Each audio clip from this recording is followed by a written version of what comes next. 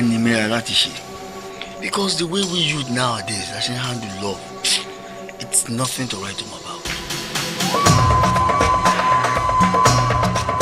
Ṣé nǹkan tó ń ṣe láti sọ fún mi sí ni wípé bó ṣe jókòó síwájú mi tó ń bá mi sọ̀rọ̀ yẹn ò ń tàn mí ni.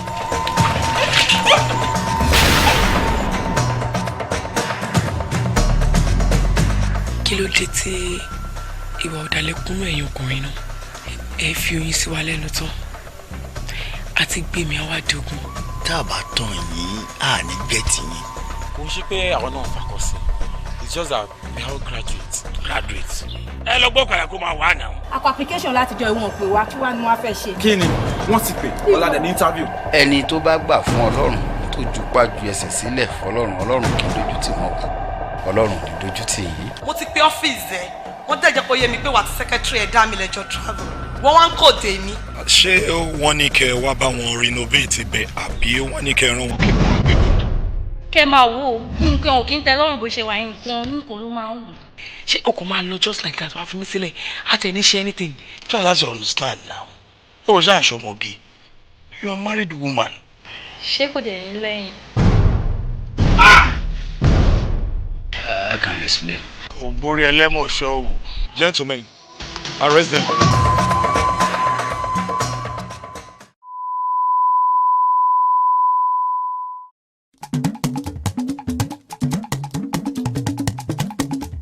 Anikanjopon dé, yeyeye, Anikanjopon.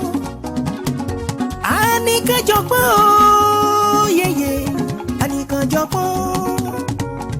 Fíìmù tí a ń sọ màrè o. Anikanjopon. Fíìmù tí a ń sọ màrè. Anikanjopon. Empire tún gbéṣẹ́ rẹ̀ dé.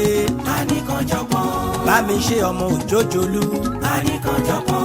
Bá mi ṣe onígègé ara. Anikanjopon. Iṣẹ́ ọpọlọ èyí tún lè kú. Anikanjopon. Dádì àmọ́ mi ẹ súnmọ́ bí. Anikanjopon. Dádì àmọ́ mi ẹ súnmọ́ mi.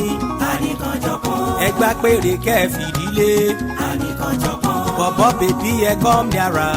Anikanjopon. Ìmọ̀tara ẹni nìkan kò dá. Anikanjopon. Ìmọ̀tara ẹni nìkan kò dá. Anikanjopon. Lójú alájà bí kílẹ̀ dẹ̀ kọ́ ni. Anikanjopon. Lójú alájà bí kílẹ̀ dẹ̀ kọ́ ni. Anikanjopon. Lójú amọ̀kòkò bí kílẹ̀ dà mọ́. Anikanjopon. Greediness náà ń pè bẹ́yẹn. Anikanjopon. Ó bẹ́ fọ̀n lábàtà ó yọ bẹ́ sí. Anikanjopon. Sọ̀rọ̀ bómi ló mú kú. Anikanjopon. Ó bẹ́ fọ̀n lábàtà ó yọ bẹ́ sí. Anikanjopon. Sọ̀rọ̀ wí bómi ló mú kú ni. Anikanjopon. Fíìmù tí a ń sọ màrè o. Anikanjopon. Empire tún gbéṣẹ́ rẹ̀ dé. Anikanjopon. Empire tún gbéṣẹ́ rẹ̀ dé o. Anikanjopon. Bá mi ṣe ọmọ òjòjòlú. Anikanjopon. Gbénga Kọ́láwọlé onígègé ara. Anikanjopon. Abísógun ló darí èyí. Anikanjopon. Anikanjopon. Anikanjopon. Anikanjopon.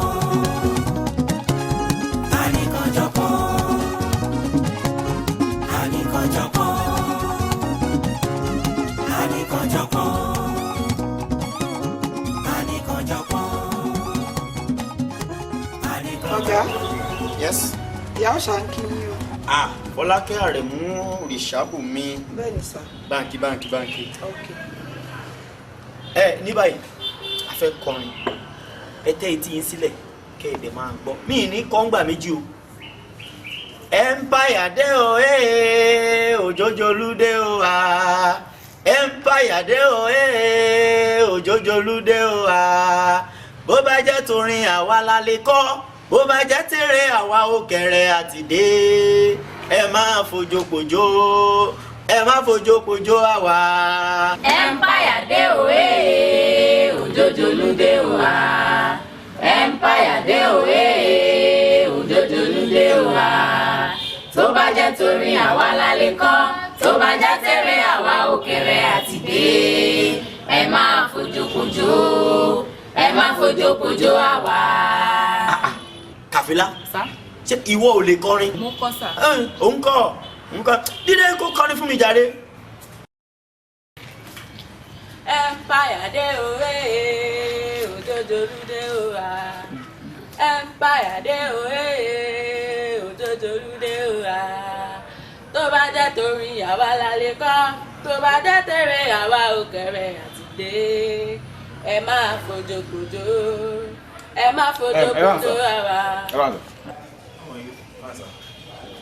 Ìwọ jẹ́ kí n rẹ̀. Tani.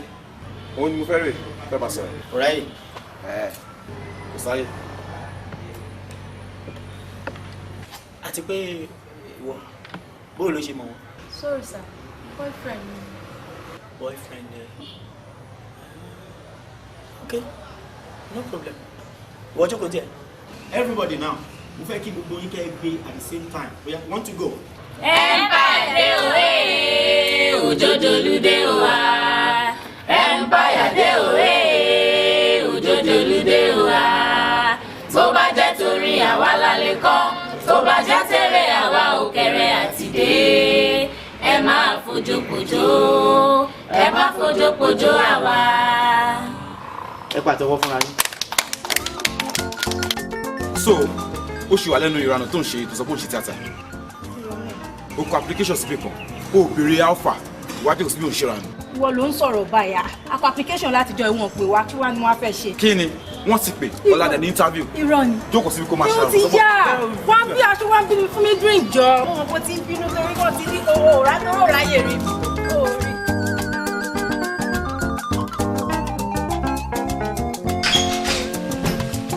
Police yeah. Why? She wants to love you so like the last few days. Yeah, we watch your office or those with that anyway. Also, yeah, come on, we office or Koilua. Ah, one bubu kama gbé báàgì báyìí. Ewé fi mí lẹ̀. Báàgì kí ló ń ṣe náà? Yes, stop. Kí ló ń ṣe náà? Stop now. Báàgì báyìí. Yes, Susan.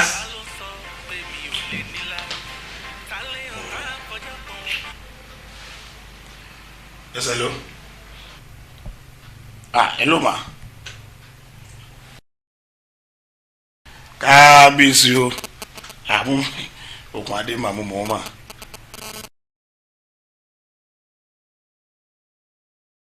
Okay, ma. Yes, I know this. Okay, ma. Thank you, ma. Yes, ma. Until Tawa Dibek, I will shut down fish. Then I will send back the feasibility studies to you, ma. Okay, ma. I will do all that, ma. Okay. Ma send invoice for us. Thank you, ma. You're welcome. Okay, ma.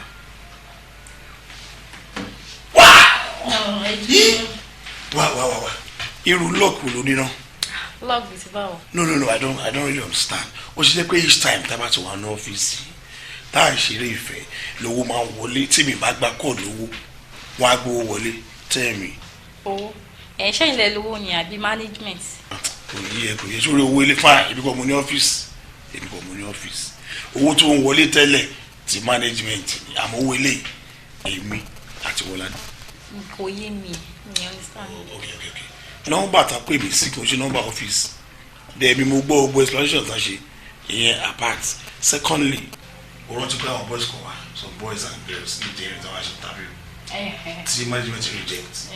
Good. Do you see how they are list? Yes. Àtúrúkọ wọn. Àwọn olùbàbà wa ṣe. But ṣe rí pé àwọn guys ẹ̀ máa lè ṣe ṣá. Àná máa ṣe, I will supervise them. Àwọn ló máa ṣe, táàkì máa ṣe ni pé we just gather them. Ó ti yẹ. Okay. Tí wọ́n bá wá ṣé kò dẹ̀ ní lẹ́yìn. Pé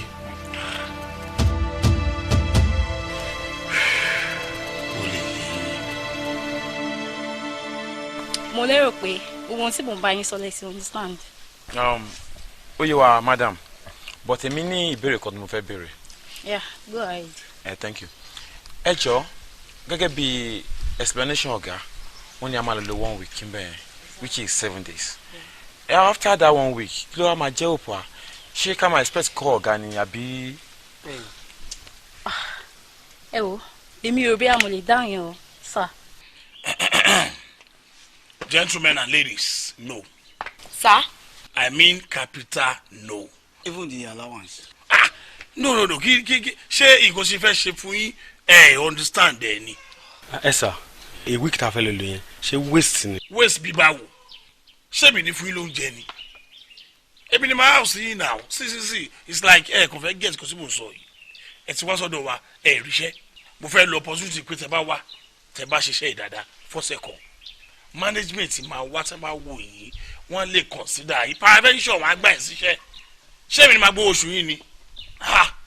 So Bọ́lá, it's like àwọn ilé ìwọ̀n ready láti ṣiṣẹ́. No, tí bá kàn ṣoore fún wọn waste ló máa jẹ́ now when they are ready. No, ẹ lè máa lọ please. Ma, ẹ jọ̀ọ́ ṣá lè rí yín ma. You mean privately, abi? Yes. No. Èmi lọ̀gá bí ẹ má rí kọ̀rọ̀. Àwa máa ṣe. A máa ṣe o. Ẹ máa ṣe àbí? Yes, a máa ṣe o. You are not talking. Sir, ẹ wo. Èmi máa ṣe sàn. You are ready? Pẹ̀lú gojú ẹ̀. Mo ti yọ o. Èmi ò l'option. Èmi náà máa jẹ́ ọ̀nà ẹ̀ sà. Bẹ́ẹ̀ ni sà. Ọ̀gá, kò ń ṣe pé àwọn náà fakọ sí. It's just that we are all graduates. Ẹ lọ gbọ́ ọ̀kadà kó máa wà náà. Kò fi bẹ́ẹ̀ mọ̀ ọ̀kadà gùn sà. Graduate my foot. Tó bá bẹ jọ ẹ̀wọ̀n kó jọ ẹ̀wọ̀n. Tẹ bá ṣe ti ready àbí? Good of you. Tó bá dàrọ̀ làbà 8 p.m. 8 on the dot. Ẹ wá síbi. Agbébọn ní kọ́kọ́ ló lè. O lè pín síbi kan. O lè lo fẹ́jà yìí o mọ níjà sọ́ra rẹ̀. Agbébọn ní kọ́kọ́ ló lè. Ẹjọ́ ọ̀nà wo ló link tá lè gbàdé mọ̀tẹ́rù yà mí báyìí. Kò lè tẹ́ bá ti ń lọ straight down báyìí. Ẹ máa rí ilé náà ó pọ̀ gan báyìí. Ilé yẹn máa rí wọ́n kùn ní white ọ̀dà white. Ẹ ti máa rí by right báyìí. Ilé yẹn pọ̀ gan. Wọ́n kàn kọ́ wọ́n kùn lọ́dà white. Oh, okay. Tẹ́ bá ti lọ straight nísìn. Ó wà by the right. Ṣé wọ́n ló mọ̀ ni? Ẹ má dá lóhùn o. Ní resort ní tó júwe fún yín o. Ibẹ̀ náà là ń lọ. Ibẹ̀ kọ́ lẹ̀ ń lọ. Ní royal place fún àwọn ọlọ́lá àti àwọn òtòkùlú ìlú nìyẹn. Ọba Ògúnwùsì ẹni ìtàn Onírìṣà ló kọ. Ibẹ̀ náà ni mo sọ. Ẹ wò ẹ má dá lóhùn jàre. Tí ẹ bá ti lọ báyìí kẹrìà first one by the right ẹ máa ń pè bẹ̀ ní motel royal. Tó bá jẹ́ pé ẹ fẹ́ kí ajé kú kalẹ̀ ẹ jẹ́ ká lọ sí Oni resort. Ẹ ṣé o, thank you so much. Ẹ ṣé gan. Ẹ ṣé, thank you very much. Ẹ ṣé gan. All right. Ṣé máa tẹ̀lé wa? Agbébọn ní kọ́kọ́ ló lè. O lè pín síbi kan. O lè lo fẹ́jà yìí o mọ níjà sọ́ra rẹ̀. Agbébọn ní kọ́kọ́ ló lè. O lè pín síbi kan. O lè lo fẹ́jà yìí o mọ níjà sọ́ra rẹ̀. Agbébọn ní kọ́kọ́ ló lè. O lè pín síbi kan. O lè lo fẹ́jà yìí o mọ níjà Ṣé òun kọ́ ló dé gbogbo ẹ ni? It's a royal home now. Everywhere. It's more or less a palace. In fact, wow. But I'm ashamed by God ni o. Ọlọ́run. But there, ṣé kí n má tán yìí? Bá ṣe dé sí, a ní lè ṣe ẹni tí mo lé ni o. Because it's late. Yes, I'm very sure pé ó máa ti rẹ́ gba àwọn èèyàn mi. So, yàtọ̀ sí pé o ti rẹ́ everybody. What time? Ilẹ̀ ti ṣú. We'll do any other thing tomorrow. Now, you guys, kí ló ń bọ̀? Ṣé kò rẹra? Ẹ sure? Okay, let me see your body now. You are there. Ibi tí a wá rèé o. Ẹni pé ṣé wà tá a máa ṣe tó pọ̀. So please, just make sure you work. Nítorí iṣẹ́ tá a bá ṣe ń bí ni màá fi recommend yín. Ṣé tí ó ti yé yín? Thank you, God bless. Hello guys. Ṣé ẹ mọ̀ nǹkan tó ṣẹlẹ̀ ń sìn? Ẹ kàn máa fún wa ní time díẹ̀. A fẹ́ lọ check gbogbo bẹ́ẹ̀ ká lè wo àwọn rooms tí àwọn èèyàn máa wà ń kọ̀ọ̀kan. Ṣé ó yé yín so ẹ kàn fún wa ní time díẹ̀. We join you soon. Okay?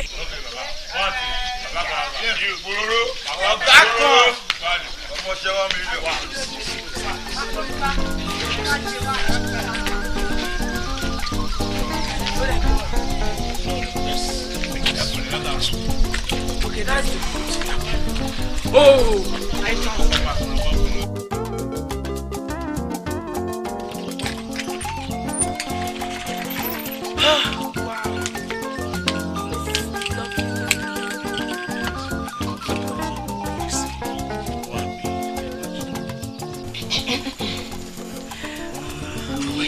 Thank you, fine. This place is lovely.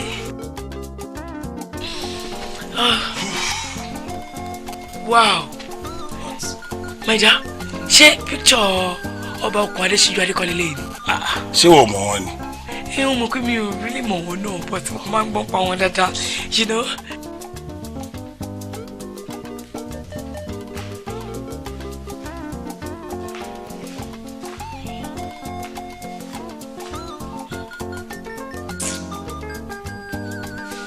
Ẹ dẹ̀ ṣọ́ nǹkan tẹ́ ń sọ yìí. 100% sure. Mo ń pè kó gbé kọ́ mi. Ẹni bá ti rójú ẹ̀ ló wá ti mọ̀ pé òun ṣe Yorùbá tààràtàrà. Ọba bá wa rí. Very nice man, gbà tó wà láyé. In fact, picture wọn tí mo ń wo igi mo kọ́ máa nice. Sure. Sure. I love this place. Yes, hello. Hello there. Hello, honey. Báwo ni trip ẹ? Ó ti dé Ifẹ̀. Ó ṣe jàre, ó yẹ kí n ti pè é látàárọ̀. A ṣe ń dé Ifẹ̀ náà báyìí ni. Kò sí nǹkan tó ṣe mí mi fẹ́ gbọ́rọ̀ kankan. O ní láti padà délé lálẹ́ yìí. Dé síbo ni? Síbàdàn padà. Mi ò ní excuse kankan. Mo ti pé ọ́fíìsì ẹ. Wọ́n dẹ̀ jẹ́ kó yé mi pé wà tí secretary ẹ̀ dá mi lẹ́jọ́ travel. Ìwọ wá ń kòdè èmi pé wọ́n fẹ́ lọ wo iṣẹ́ kan nífẹ̀ẹ́ ni. Sí wo sweetheart máa gbọ́rọ̀ mi máa gbọ́rọ̀ gbogbo insinuation ọ̀rọ̀ àni tó bá ń bá káàkiri ṣé mi wá ní ṣiṣẹ́ mọ́ ni àwa sífẹ̀ wá ṣiṣẹ́ náà wá sí kí n máa padà bọ̀ bá nà wá aago tó wà lọ́wọ́ ẹ̀ náà. O ní láti padà wálé ni o mo ń retí ẹ bye. Hello.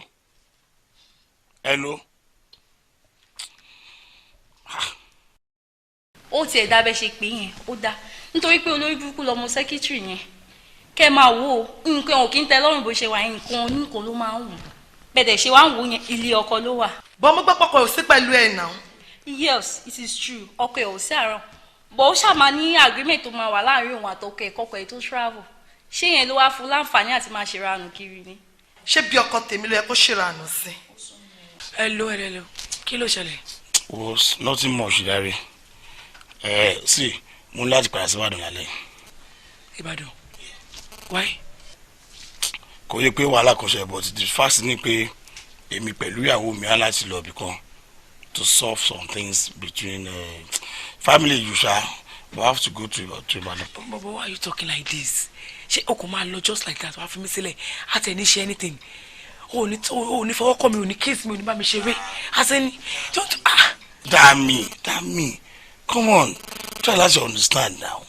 O ṣe àṣọmọge you are a married woman o dẹ̀ mọ́ bẹ́ẹ̀ yín obìnrin ṣe máa ń ṣe nǹkan yín okay adébínsẹ́yìn máa ṣe ń wọlé ó ṣe ń pè pé kí n máa padà bọ̀ Ìbàdàn I have to go nítorí kan mo ṣe ní pé àwọn boys àkówà àti ọkùnrin àti obìnrin wọn bá mi wà bó ṣe máa monitor wọn take care of them very well please o mọ̀ pé àmọ́ wọn dáadáa we are not used to them rí pé wọn ò kọjá àyè wọn tó bá dẹ̀ dàárọ̀ latest by 7:30 I will be here please. No problem tó bá yẹ pé bó ṣe fẹ́ nìyẹn o lè lọ báyàwó ẹ̀ but agreement ma change. Agreement bí báwo. Yes agreement wa ma change tó túmọ̀ sí wípé now you are a coordinator and a manager so listen ó ti di 50-50 not 28 mo. kí ni kí n yọ̀ǹba yín drink ẹ má bínú ẹjọ́ torí tọ́lọ́. olófòófó gba táǹkì kó máa lọ olófòófó gba táǹkì kó máa lọ. Serious let me just go and come back. What do I do now sef. Okay. See, you still want to go. Let me go please. But we are going to have to understand me now. Show come dey fi mi sílẹ̀ kó máa lọ. Ó jẹ́ àlọ́ jàre náà. Why don't she buy now? Ó ti kú dé consider èmi náà. Ó ṣe wá consider it by. Tí ẹ jọ láti understand me now.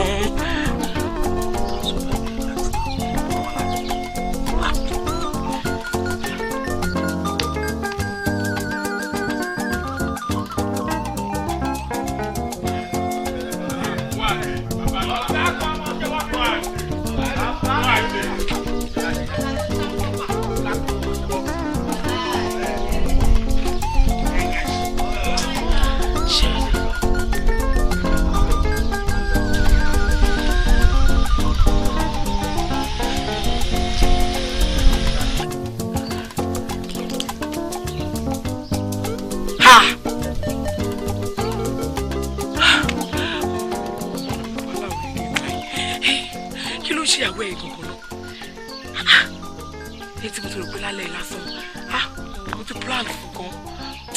Oh my God.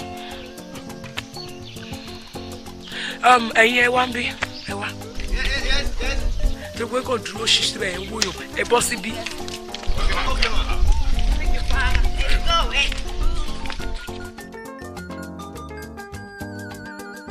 àǹtí ṣe wà ó. madam ṣé kò sí problem. ṣé tí mo fi pè yín. rárá ọkọ fi àjẹ́ abẹ́rẹ́ rẹ̀ kò sí wàhálà ni. ó fẹ́ bẹ̀rẹ̀ bí kò sí wàhálà reaction yín yé mi ṣe gbọ́ nǹkan tẹ bá wà báyìí ní kẹ̀kẹ́ face àdàkẹ́ face ó máa pè yín ẹ má ṣe nǹkan tí ẹ mọ̀ kẹ́ máa yọjú wo máa ṣe gbé bo nǹkan tí ó kàn yín ṣé ti gbọ́ nǹkan tí mo sọ. we are sorry. It's okay. Sorry ma. Sorry for yourself ṣíọ ẹ̀yin lẹ́ẹ̀ máa mọ̀ kí ló dé pé kejì nìkan ló lo white card ẹ̀. Because I'm the most responsible lady here. Hello. Ma. Sorry.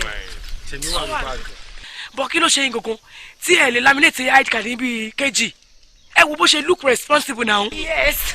Sorry ma. Ma ṣe. Ẹ wo ẹjọ ẹ jẹ́ ká fi gbóyè sílẹ̀ now iṣẹ́ ti bẹ̀rẹ̀ so everybody máa lọ drop àwọn bags ẹ̀ síbẹ̀ yẹn ṣe understand so we now start from here. It's okay. Follow me. Look at this place there no ẹni pé gbogbo bẹ̀rẹ̀ ò ní so we're gonna clean it gbogbo àwọn corners yẹn a máa clean gbogbo ẹ̀. Ẹ jọ ẹ jẹ́ ká ṣiṣẹ́ wa bí iṣẹ́ please. Aunty. Amaru. Bí ṣe wà yìí báyìí mo ti di PA. Báyìí èmi ti di PA àǹtí báyìí. Hello.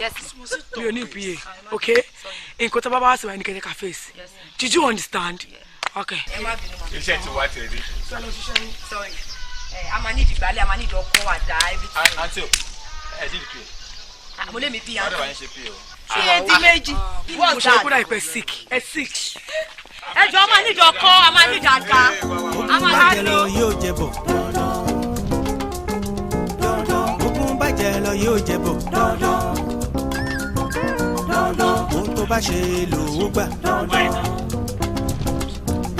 ohun tó bá ṣe lòó gbà ọmọ tó ní tó ń bá dàgbà ọmọ tó ní tó ń bá dàgbà.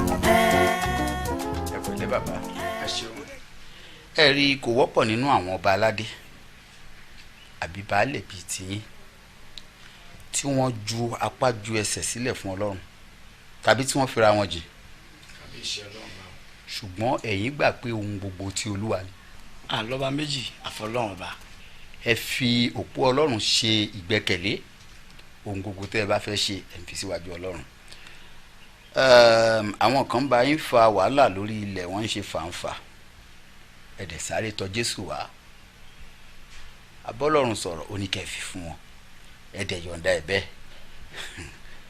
ènìyàn ọlọ́run nìyí ẹni tó bá gbà fún ọlọ́run tó jupá ju ẹsẹ̀ sílẹ̀ fọlọ́run ọlọ́run kì í dojú tì wọ́n o ọlọ́run ò ní dojú tì yín. àmín lórúkọ Jésù Kristi. ẹ jẹ́ kí a gbàdúrà ní orúkọ Jésù ní agbára ẹ̀jẹ̀ Jésù ọlọ́run mi ayérayé bàbá mi àràbàǹdẹ̀ tí bàbá lẹ̀ dábàá tí bàbá fi di bàbá nínú ọba. kábíyèsí elédùnmarè ọba tí gbàdọ̀bálẹ̀ ọba.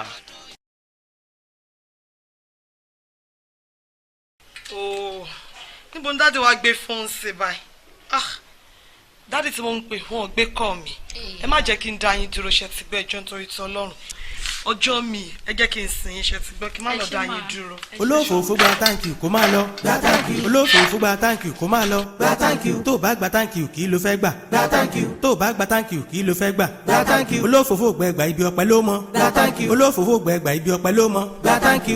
arábìnrin tí ó pè yìí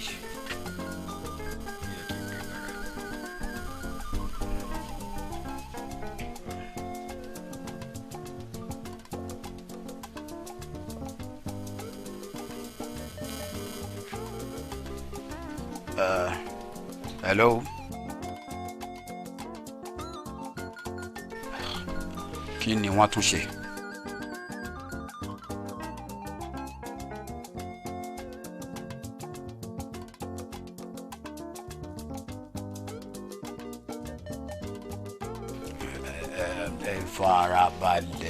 ẹ farabalẹ̀ ẹ mọ nǹkan ẹ ẹ̀yin ẹ máa bọ̀ ní ọ̀dọ̀ mi.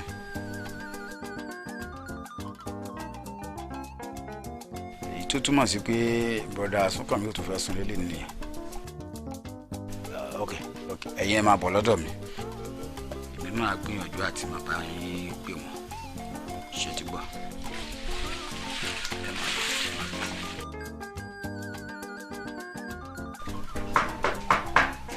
Yes, this is it. Come in.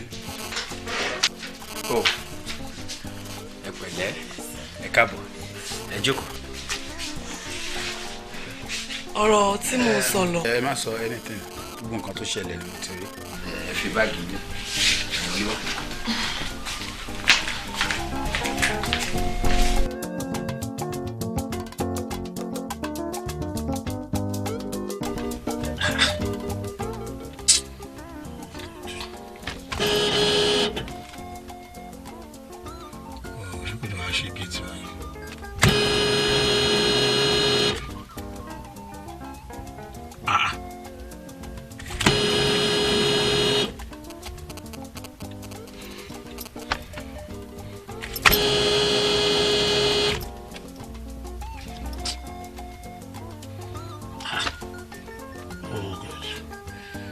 Wá ṣe woman mi báyìí.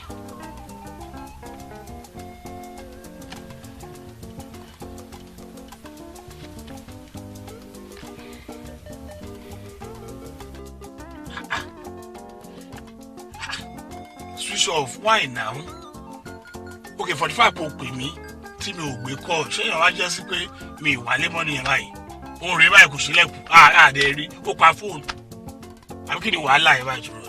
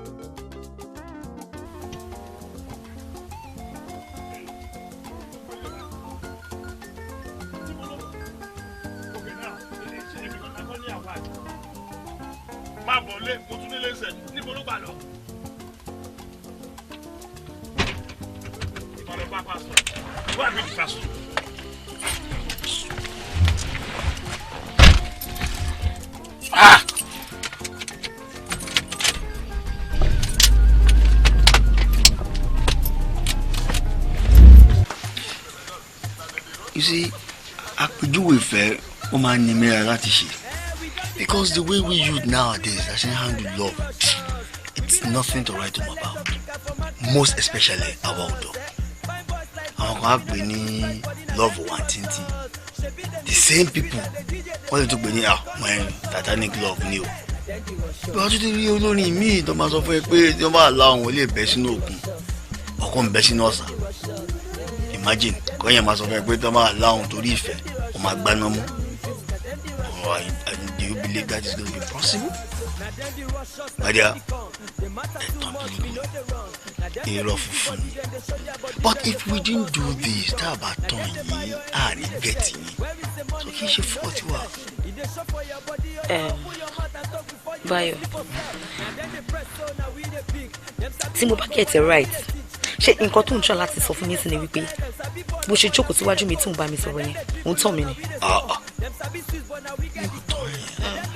Rárá mi ìtàn yàtọ̀. Bayo, wojú mi dáadáa. Just look at my eyes, the two eyes. Mo ti já tipẹ́. Àṣírí ẹ̀yin ọkùnrin ti tú sí mi lọ́wọ́ long time ago. So, mo mọ̀ oyún, mo mọ̀ nǹkan tẹ́ ẹ lè ṣe. Àti wípé pẹ̀lú gbogbo nǹkan tó ń bá mi sọ látẹ̀ nǹkan tá a ti ń sọ̀rọ̀ ìbò ó fi hàn dájú wípé ẹlẹ́tàn ni wọ́n fún ara ẹ̀. So mi ò lè trust them in. I can't trust you. Obìnrin. Má wulẹ̀ sọ wípé obìnrin. Eléyìí kọjá ọ̀rọ̀ obìnrin àbí ọ̀rọ̀ obìnrin. Yes. The fact is, bó ṣe wà yìí, kò sí nǹkan kan tó lè bá mi sọ ní alẹ́ yìí tí mo lè gbàgbọ́. Mi ò lè gba ẹgbọ́n àti wípé Yorùbá bọ̀. Wọ́n sọ wípé tí ọ̀rọ̀ bá ti pọ̀ jù, irọ́ ẹ̀tàn òun ló máa ń gbẹ̀yìn ẹ̀.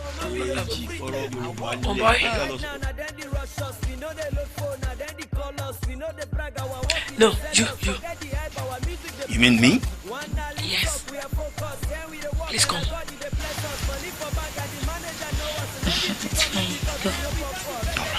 Excuse me. All right.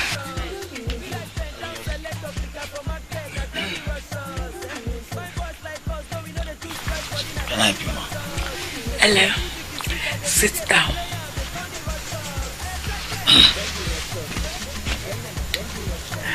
Sorry. Say you won't mind. She only join me. Catch you one more drink. No problem, sir. No problem.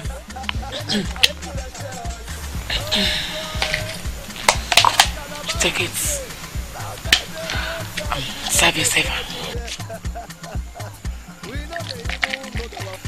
I think I'm good. You're okay. Okay.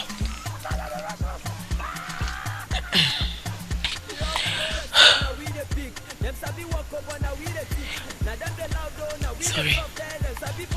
Kí ló dé tí ìwà ọ̀dàlẹ̀ kúnnú ẹ̀yin ọkùnrin náà? Ẹ fi oyin sí wa lẹ́nu tán àti gbèmí àwàdógún. Bẹ́ẹ̀ dẹ̀ ni ẹ̀bí àtọ́ ní ẹlẹ́bẹ̀ kó tó di wípé a jẹ yín ní ìhò. Tẹ́ bá ti wá ṣe nǹkan tẹ́ fẹ́ tán, ẹ wá sọ wá di Messi àti Ronaldo. Ẹ máa gbá wa bí bọ́ọ̀lù lórí field. Kí ló dé ń ṣe bẹ́ẹ̀?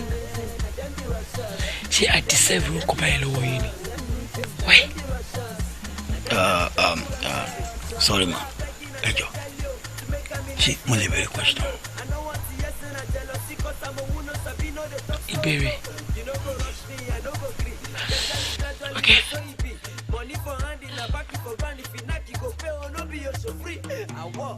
Right now, now then the rush us. We know they look for, now then the call us. We know they brag our work, they sell us. Forget the hype, our music they push us. One now league talk, we are focused. Then we the work and I God they bless us. Money for bank and the manager know us. Ladies become me because we know comfort. We that before, but they no agree right now. Now then the rush us. We be like send down, select or clicker for market. Now then the rush us. Fine boys like us, no we know the two strikes, but now then the rush us. Maybe the music is sweet and the DJ they play and they call the rush us. Now then the rush us. Now then the rush us. Now then the rush us. Now then the rush us. Now then the rush us. Now then the rush us.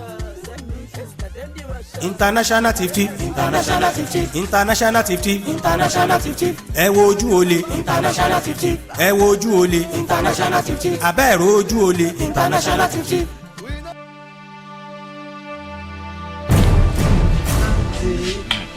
Daddy.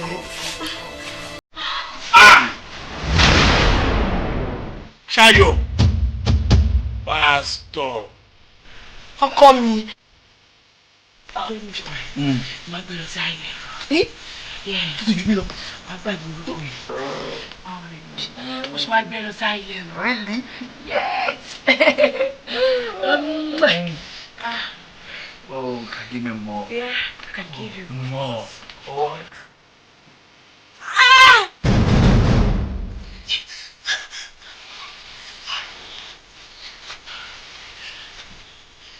Yes, kí ló fẹ́? What do you want? I'm sorry. Okay, fine. Thank God. She says she's sorry. Hello. Leave. Leave. Get out! Get out! Leave. She says she's sorry. You can go on. Kí ló ṣe tó ń bọ̀? She says she's sorry. Kí ló ṣe tó ń bọ̀? I want to know. Forget about the bone. Let's go back. Where is she to you? Let's go. Kí ló wà láàrin wa àtọmọ yẹn? Just take me to high level. No. You have to tell me. Between me and you, mo lè gba lọ́mọ tó yìí sí. No. Forget about the matter. No! Wá sọ fún mi, kí ni kò tó wà láàrin méjì? Ló ń ṣe báyìí, ló ń gbọ̀n báyìí. Ó láti gbọ̀n because ó rí can't you see how you looking beautiful? Jọjọjọ máa báyìí kí tẹ́sán yẹn kú mo lè gba lọ́mọ yìí, mo lè gba lọ́mọ tó yìí sí. For sure. I'm ready. I'm all yours. I'm all yours. Oh my God.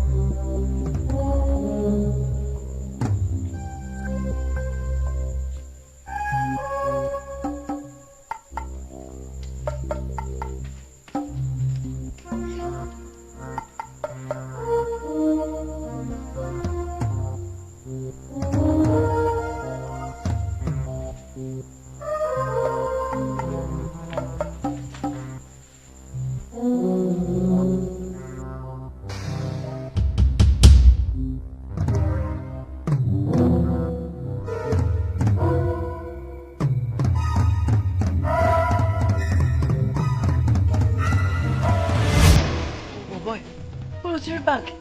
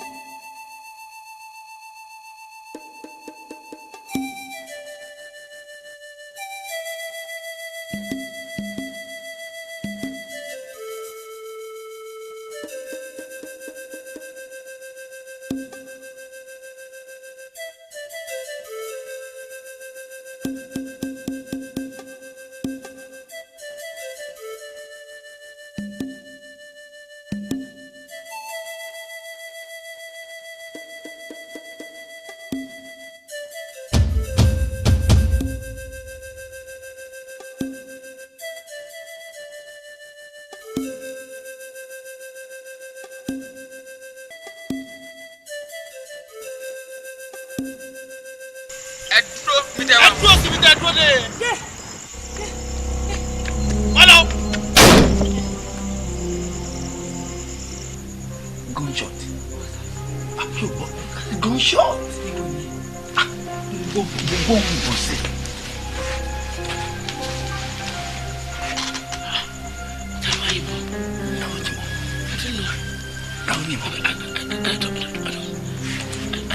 Is anybody tracing you? Me? Are you sure?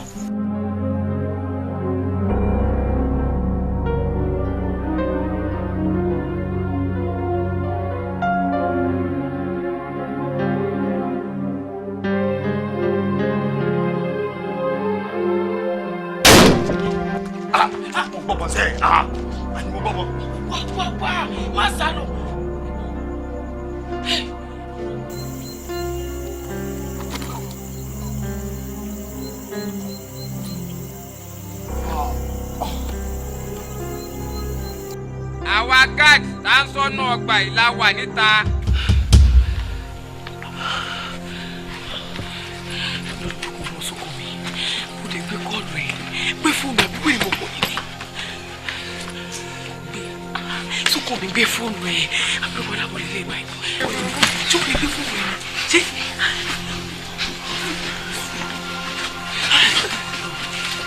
Ká ṣe gbogbo yín pátá ẹ máa jáde bọ̀ ní kọ̀ọ̀kan.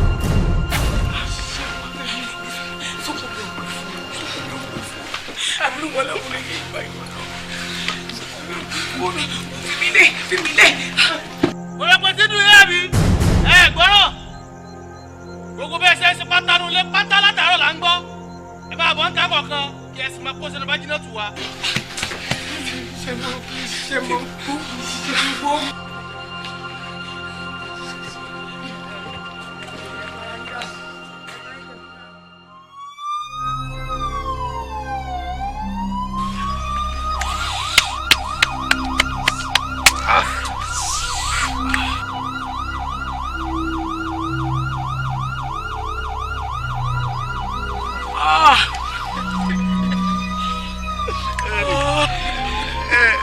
Keep quiet, my friend. Yes, sir.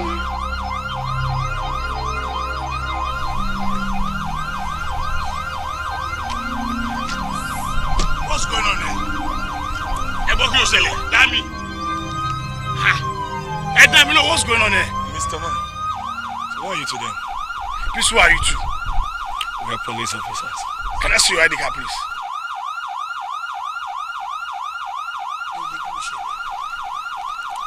Who are you to them? Actually, I'm the manager. I brought them here. One Mrs. Tokumo ló pè mí tó ní ká bá renovate ilé bí pé àwọn family ọba àná ni wọ́n fẹ́ wá lóbi fún ayẹyẹ. And we came in yesterday. Àwọn òṣìṣẹ́ ibi ni o. Stop it, stop kí ni gbogbo eléyìí náà. Ṣé wọ́n ní kẹ́ wá bá wọn renovate ibẹ̀ àbí wọ́n ní kẹ́ rán wọn kí wọ́n gbé gold? Gold, as you can see.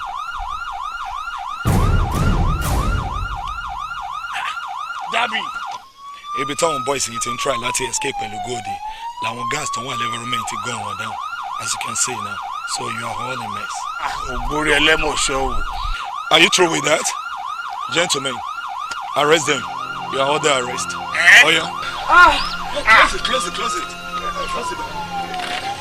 Gentlemen. Ta ló jí gold nínú yín? Dáàmì kí ló ṣe é? Ọlọ́run ní jẹ́.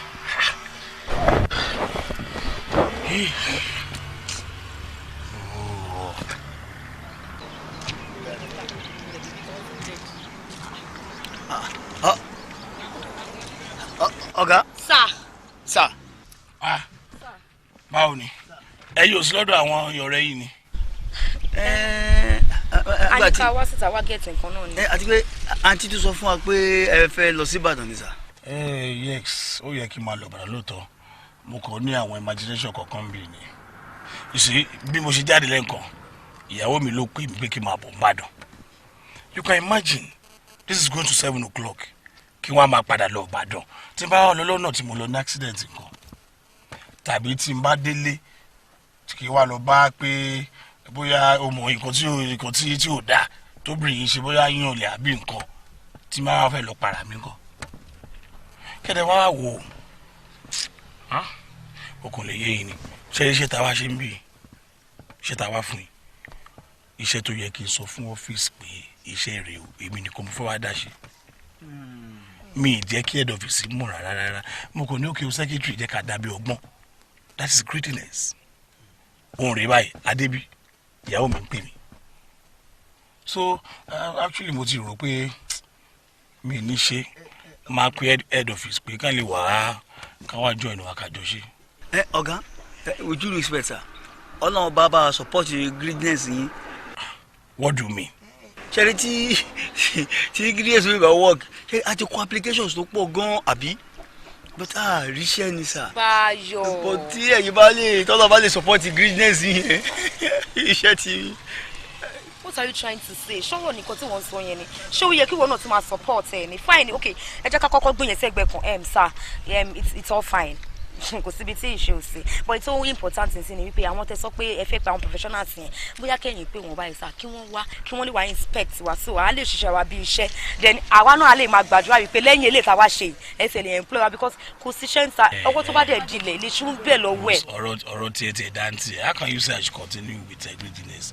Now, intẹ́ nǹkan máa ṣe ni pé ṣọ̀pọ̀ wọn reject yín tẹ́lẹ̀ àmọ́ báyìí tọ́lọ́ ti fi opportunity ẹ kò ṣe iṣẹ́ yín bí iṣẹ́ mo ṣọ́ọ̀bù tá a máa fi débí tá a lè bẹ ṣe ìṣiṣẹ́ wọn ò ní option dà pé kán gbà yín wọlé ṣe ti gbọ́ no problem ẹ jẹ́ kí n mú bọ̀ ẹ lẹ́fẹ̀ẹ́ lọ jẹun àbí. yes àwọn afẹ́ràn àwọn afẹ́ jẹ́ bẹ́ẹ̀ ni. ok ẹ wọlé kájọ lọ ẹ wọlé. yẹ kàn pé ẹ kọ́ ta immediately báyìí no I have to call them. ẹ ló bá yọ iná ń jó gírò sá ọmọ akínlájà ẹdùn kí ló ṣe nọ́mbà ẹ látàárọ̀ mo sì ń pè ẹ náà àníṣe ń fẹ́ ẹ ní mọtẹrù yá ò gbọ́ bí báwo ó yá lọkọlọkọ ìjọ dẹkẹjọba bọ kẹ gbé staff bus jáde and other necessary things tá a máa fi renovate ẹ bá mi fẹ́ latest by 6 a.m. láàárọ̀. ìwà ẹ̀dá lẹ́rí yẹn ìwà ẹ̀dá lẹ́rí yẹn ìwà ẹ̀dá lẹ́rí yẹn ara mi ìwà ẹ̀dá lẹ́rí yẹn ìwà ẹ̀dá lẹ́rí yẹn ìwà ẹ̀dá lẹ́rí yẹn ìwà ẹ̀dá lẹ́rí yẹn ara mi ìwà ẹ̀dá lẹ́rí yẹn ìgbà kan bá ń wáṣẹ́ wọ́n á máa sojú bẹ́lúbẹ́lú ìgbà kan bá ríṣẹ́ tán ìka kan owó wọn nídìí mọ́ ìgbà kan bá ń wáṣẹ́ wọ́n á máa sojú bẹ́lúbẹ́lú ìgbà kan bá ríṣẹ́ tán ìka kan owó wọn nídìí mọ́ wọ́n á jẹ́wọ́ mú wọ́n á jẹ́wọ́ mú wọ́n á fẹ́ bà lé iṣẹ́ jẹ́ má ṣe gbàgbé o wọ́n á bá níbẹ̀ o ohun tí kò dáa kò dáa àníkànjọpọ́n kò dáa ohun tí kò dáa kò dáa náà nù àníkànjọpọ́n kò dáa ohun tí kò dáa kò dáa àníkànjọpọ́n kò dáa ohun tí kò dáa kò dáa náà nù àníkànjọpọ́n kò dáa. ogun bàjẹ́ lọ yóò jẹ bọ̀ dandan dandan ogun bàjẹ́ lọ yóò jẹ bọ̀ dandan dandan ohun tó bá ṣe lòó gbà dandan dandan ohun tó bá ṣe lòó gbà dandan dandan ọmọ tó ní tó ń bá dàgbà ọmọ tó ní tó ń bá dàgbà orí ẹyẹlé lòun yóò máa jẹ orí ẹyẹlé kò ní jẹ́ ó dàgbà orí ẹyẹlé kò ní jẹ́ ó dàgbà ọmọọṣẹ́ tó ń jíṣẹ́ ọ̀gá gbà ọmọọṣẹ́ yà ṣe bẹ́ẹ̀ fún ohun tó bá ṣe lòó gbà ohun tó bá ṣe lòó gbà.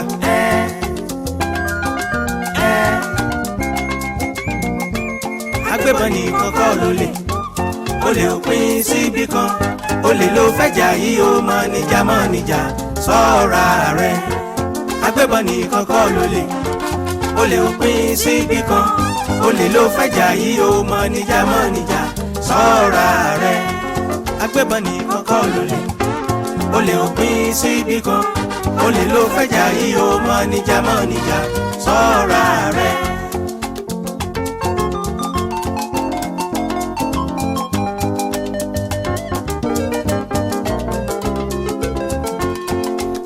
Around comes around, what goes around comes around, what goes around comes around, manager Mumora.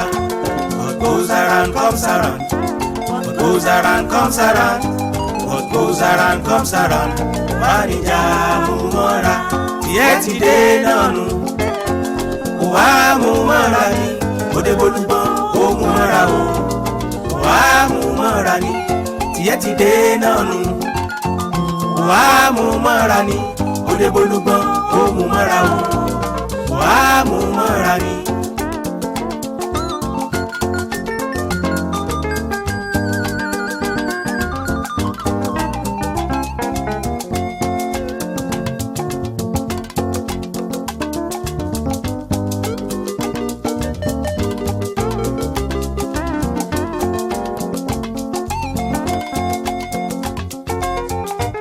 Sọ fún mi kò dùn ẹ́ má ṣe jẹ́ ń gbọ́ apani kì í fẹ́ ká mú dàkọjá nípa kọ òun o gba ká mú ni. Má sọ fún mi kò dùn ẹ́ má ṣe jẹ́ ń gbọ́ apani kì í fẹ́ ká múdà kọjá nípa kan òun o gbàkámú.